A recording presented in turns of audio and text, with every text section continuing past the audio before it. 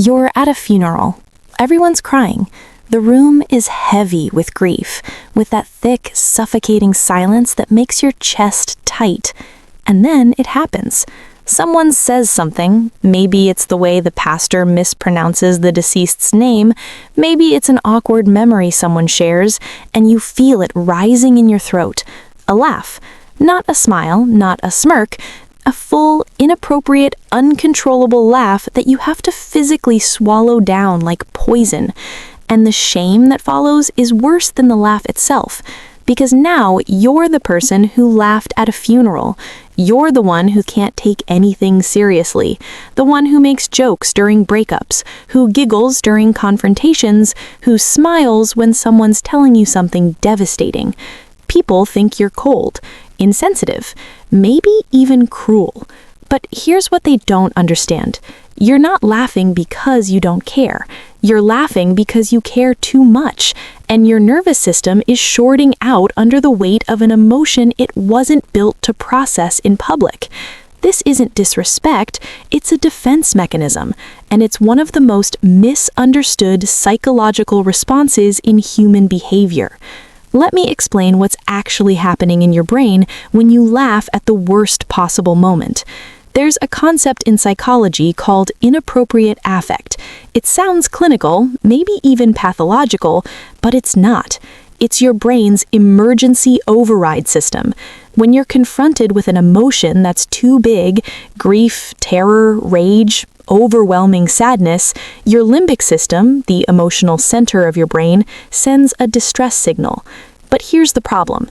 Your prefrontal cortex, the part of your brain responsible for emotional regulation and social appropriateness, gets flooded. It can't process the intensity. So your brain does something brilliant and completely irrational at the same time. It reroutes the emotional overflow into laughter. Laughter, biologically, releases the same neurochemical cocktail as crying: endorphins, dopamine, oxytocin. Your brain doesn't care if the situation is funny. It just knows it needs to discharge the tension before you collapse under it. This is why you laugh when you're nervous, why you giggle during horror movies, why you smile when someone's yelling at you even though you're terrified.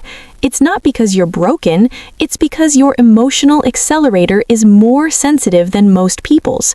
You feel things at 120% intensity, and laughter is your circuit breaker. Now compare this to the average brain. Most people experience emotions on a manageable scale. Sadness feels like sadness. Anger feels like anger. Their prefrontal cortex can regulate in real time. But you're wired with what psychologists call high emotional permeability. Your boundaries between emotions are thinner. Sadness bleeds into absurdity. Tension bleeds into humor. You don't laugh because you're disrespectful. You laugh because your brain is desperately trying to survive the moment. And here's where it gets interesting. This trait, the one that makes you feel like a social pariah, is actually a superpower. Let me tell you why. People who laugh at serious moments are almost always the most emotionally intelligent people in the room. You have to be, because to feel emotions this intensely, you've had to develop a heightened awareness of emotional subtleties that most people completely miss. You notice micro-expressions, the slight shift in someone's tone, the tension in a room before anyone else feels it. You're the person who can read a room like a book, which is exactly why you know your laughter is inappropriate and why it torments you. You're hyper-aware, and that awareness makes you one of the most observant, empathetic people anyone will ever meet. But there's more.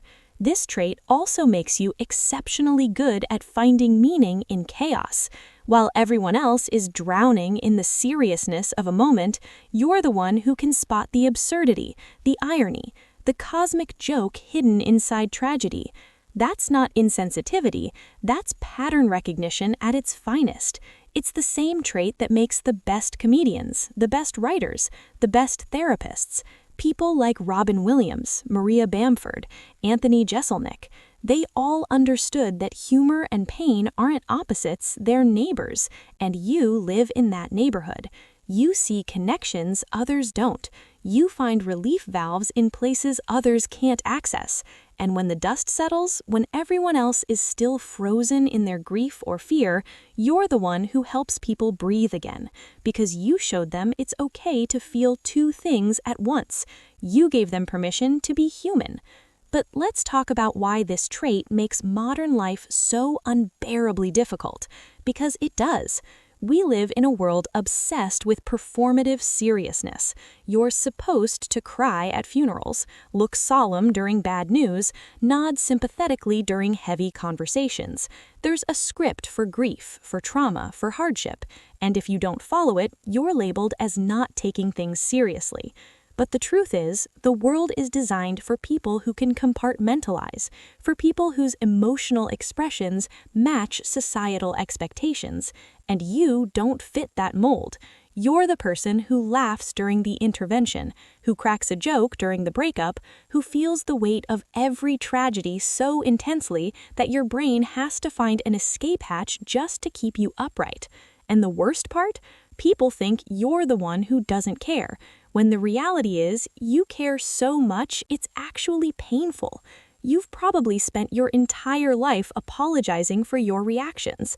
I'm sorry, I don't know why I'm laughing.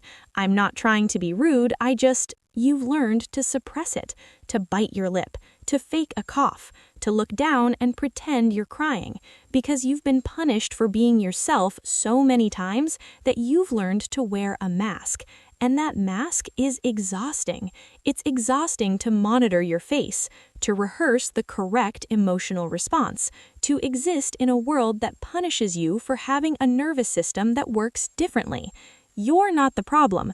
The world's emotional rigidity is. But here's where we need to get really honest for a second, because not all inappropriate laughter is a superpower. And I'd be doing you a disservice if I didn't acknowledge that. Sometimes this response isn't just about emotional overflow.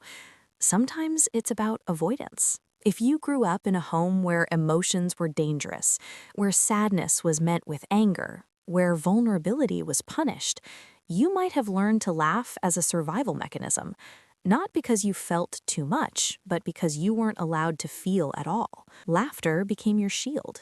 Your way of saying, I'm fine, everything's fine, don't look at me. And if that's you, if your laughter feels more like dissociation than release, then it's worth asking, am I laughing because I'm overwhelmed, or am I laughing because I'm afraid of what happens if I don't? There's a difference between emotional sensitivity and emotional avoidance. And sometimes the line between them is razor thin. If your laughter is keeping you from grieving, from processing, from letting yourself actually feel the hard things, then it's not serving you anymore. It's protecting you from a danger that no longer exists. And that's worth examining, not because you're broken, but because you deserve to feel your emotions fully, not just discharge them. This isn't about fixing yourself. It's about understanding yourself. So where does that leave you?